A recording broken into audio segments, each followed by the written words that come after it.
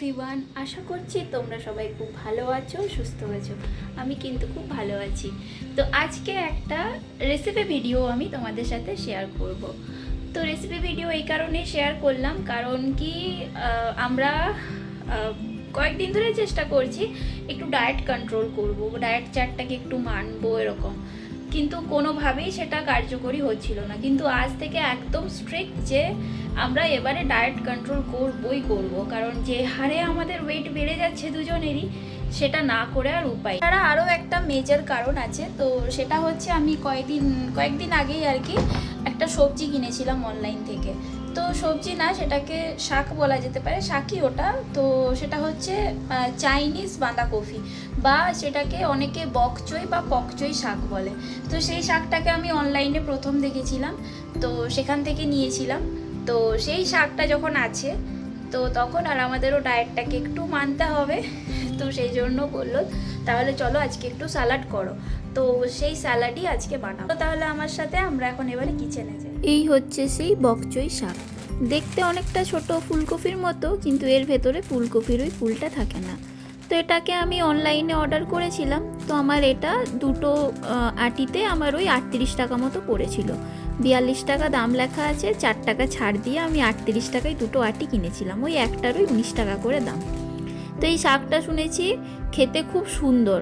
যারা weight loss করতে চাইছো তারা এই শাকটা কিন্তু অনায়াসেই খেতে পারো। তবে কি শাকটাতে না একটু ময়লা থাকে, তো সেটাকে একটু ভালো করে ধুয়ে নিতে হবে। তো সেটা খুব ভালো করে একটু ধুতে হবে। আর এরকমভাবে দেখো শাকের পাতাগুলো এক একটা পাতা কিন্তু এইভাবে ছেড়ে যায়। এই যে শাকের এই যেখানে ওই ডান্ডিটা, ওই ডান্ডিটার কাছে কিন্তু একটুখানি ময়লা থাকে। তো আমি একটা একটা করে সমস্ত পাতা শাক থেকে ছাড়িয়ে নেব, তারপরে খুব ভালো করে এটাকে ধুয়ে নেব।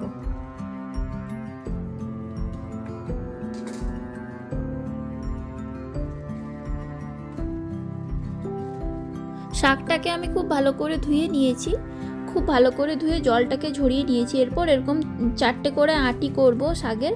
4টে করে আটি করে পাতাগুলোকে সাইডে রেখে আগে এই ডান্ডিগুলোকে একটু ছোট ছোট করে কেটে নেব। ছোট ছোট করে কাটলে সেদ্ধটা তাড়াতাড়ি হবে। এমনিতেও এই শাকটা শুনেছি রান্না করতে বেশিক্ষণ টাইম লাগে না, খুব তাড়াতাড়ি কিন্তু সেদ্ধ হয়ে যায়, খেতে কিন্তু খুবই সুস্বাদু হয়।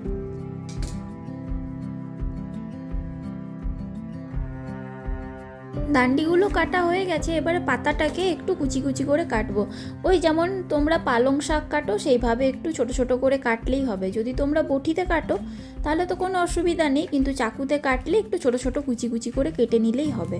আর এই শাকটা খুব বেশি সেদ্ধ হতে লাগে না, যেরকম বললাম সেরকমই।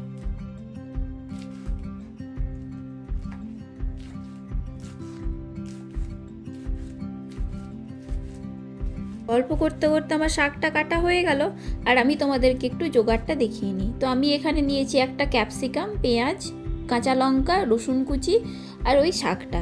তো আমি খুব বেশি সবজি এখানে দিইনি, তোমরা চাইলে কিন্তু এখানে গাজর বা ওই যে লাল হলুদ ক্যাপসিকাম পাওয়া যায় সেগুলো অ্যাড করতে পারবে। আর নিয়েছি ওই শাকটা কুচি করে কেটে। আর আমি এখানে নিয়েছি ওই 500 গ্রাম মতো বোনলেস চিকেন।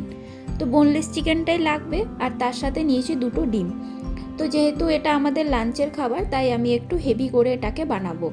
লেমন জুসটা তোমরা দেওয়ার চেষ্টা করো, যেহেতু শাকটা একটু তেতো, তাই লেমন জুস কিন্তু সেই স্বাদটাকে ব্যালেন্স করবে। তো আমি এখানে একটা কড়াই গরম করেছি, তাতে 1 চামচ মতো সাদা তেল দিয়েছি। সাদা তেল বলতে আমি এখানে রাইস ব্রেন অয়েল ইউজ করেছি, তোমরা চাইলে অলিভ অয়েলে করতে পারো।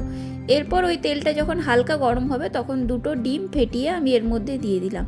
তারপর খুন্তির সাহায্যে কিন্তু ডিমটাকে ক্রমাগত এরকম নাড়াচাড়া করতে হবে, ঠিক এরকম ঝুড়ো ঝুড়ো যতক্ষণ না ভাজা হয় ততক্ষণ। তেল কম ছিল তাই কিন্তু কম আঁচেই আমি ডিমগুলোকে দিয়েছিলাম, তাহলে কিন্তু এই ডিম ভাজাটা এরকম ঝুড়ো ঝুড়ো হবে। একটা বাটিতে ডিমটাকে তুলে রাখলাম। এবার ওই কড়াইয়ের মধ্যেই আমি 4 টেবিল স্পুন মতো কিন্তু এই রাইস ব্রান অয়েল দিয়ে দিয়েছি। তো অয়েলটা যেহেতু কম, তাই একটু কড়াইয়ের মধ্যে ভালো করে ঘুরিয়ে নিতে হবে। তারপরে ওই যে মাংসটাকে ধুয়ে রেখেছিলাম জল ঝরিয়ে, সেই মাংসটা তেলের মধ্যে দিয়ে দিতে হবে। মিনিট 2 থেকে 3 এপিট ওপিট করে একটুখানি ভেজে নিতে হবে, যতক্ষণ না এই কালারটা চেঞ্জ হয়ে যায়। কালারটা এরকম চেঞ্জ হয়ে গেলে কিন্তু স্বাদ মতো নুন অ্যাড করে দিতে হবে। নুন অ্যাড করার পর একটুখানি নাড়াচাড়া করে ঢাকনা দিয়ে ভাপিয়ে ভাপিয়ে কিন্তু এটাকে রান্না করতে হবে। তো এই রান্নাটা কিন্তু ধাপে ধাপে হয়, যেহেতু মাংসটাই তেল অনেক কম ইউজ হচ্ছে, মশলাপাতি কিছুই লাগছে না। তো সেই জন্য কিন্তু মাংসটাকে একটু ধাপে ধাপে সেদ্ধ করতে হবে। আর মাংস থেকে যা জল বেরোবে তাতে কিন্তু মাংস সেদ্ধ হয়ে যাবে। তো মাংসটা এরকম একটুখানি ভাজা ভাজা হয়ে গেলে আমি পেঁয়াজ কুচি, রসুন কুচি, কাঁচা লঙ্কা কুচি আর ক্যাপসিকামটা মাংসর মধ্যে অ্যাড করে দিলাম। একটু ভালো করে নাড়াচাড়া করব। নাড়াচাড়া করে ওই যে বললাম ঢাকনা দিয়ে দিয়ে কিন্তু ভালো করে এটাকে ভাপাতে হবে। মিনিট 2 থেকে 3 আমি ঢাকনা দিয়ে রেখেছিলাম। তার মধ্যে কিন্তু ক্যাপসিকাম, পেঁয়াজ অনেকটাই সেদ্ধ হয়ে গেছে। এরপর ওপর থেকে ওই যে শাকের যে ডান্ডিগুলো কেটেছিলাম সেই ডান্ডিগুলো আমি দিয়ে দিলাম। তো ডান্ডিগুলো যে দিলাম, ডান্ডিগুলো একটু সেদ্ধ হতে টাইম লাগবে, খুব টাইম লাগবে না, ওই মিনিট 4 মতো লাগবে।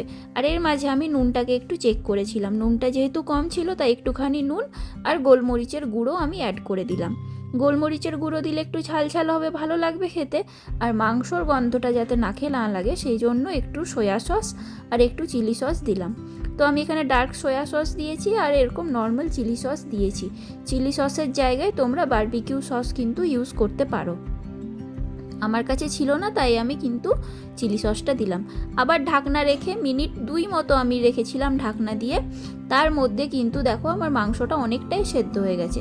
এবার ওপর থেকে দিয়ে দিলাম সেই শাকটাকে আমি আগেই ধুয়ে ভালো করে জল ঝরিয়ে রেখেছিলাম। আর শাকটা দিয়ে দেওয়ার পর একটু খুব ভালো করে নাড়াচাড়া করতে হবে। এই পর্যায়ে কিন্তু মাংসটার কড়াইয়ের সাথে লেগে যাওয়ার চান্স থাকে, আর যেটা আমার হালকা হালকা কিন্তু লেগে গেছে। সয়া সসটা দেওয়া হয়েছে তো সেই জন্য। তো শাক দেওয়ার পর ঢাকনা দিয়ে আমি আবার মিনিট 1.5 মতো রেখেছিলাম। তো শাক থেকে দেখো জলটা একদম বের করে দিয়েছে।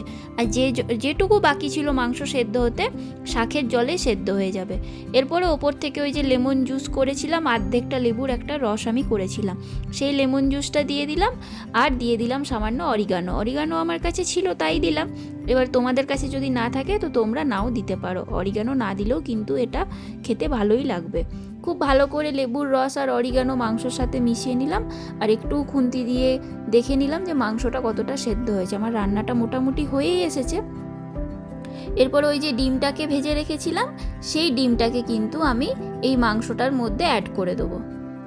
তো ডিমটাকে দিয়ে একটুখানি নাড়াচাড়া করব, তাহলেই কিন্তু তৈরি হয়ে যাবে আজকে আমাদের চিকেন স্যালাড উইথ বক চই।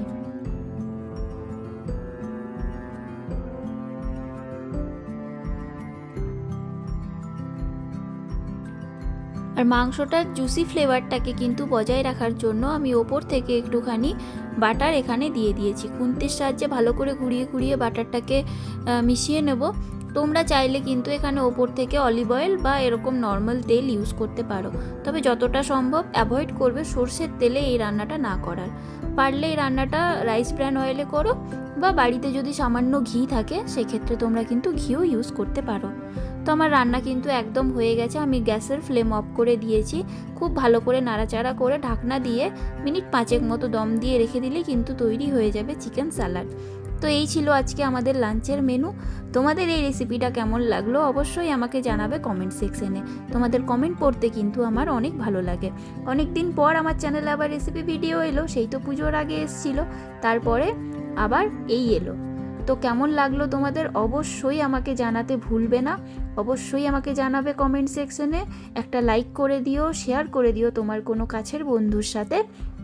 আর নতুন যারা দেখছো আমার চ্যানেল তারা প্লিজ আমার চ্যানেলটাকে একটু সাবস্ক্রাইব করে দিও।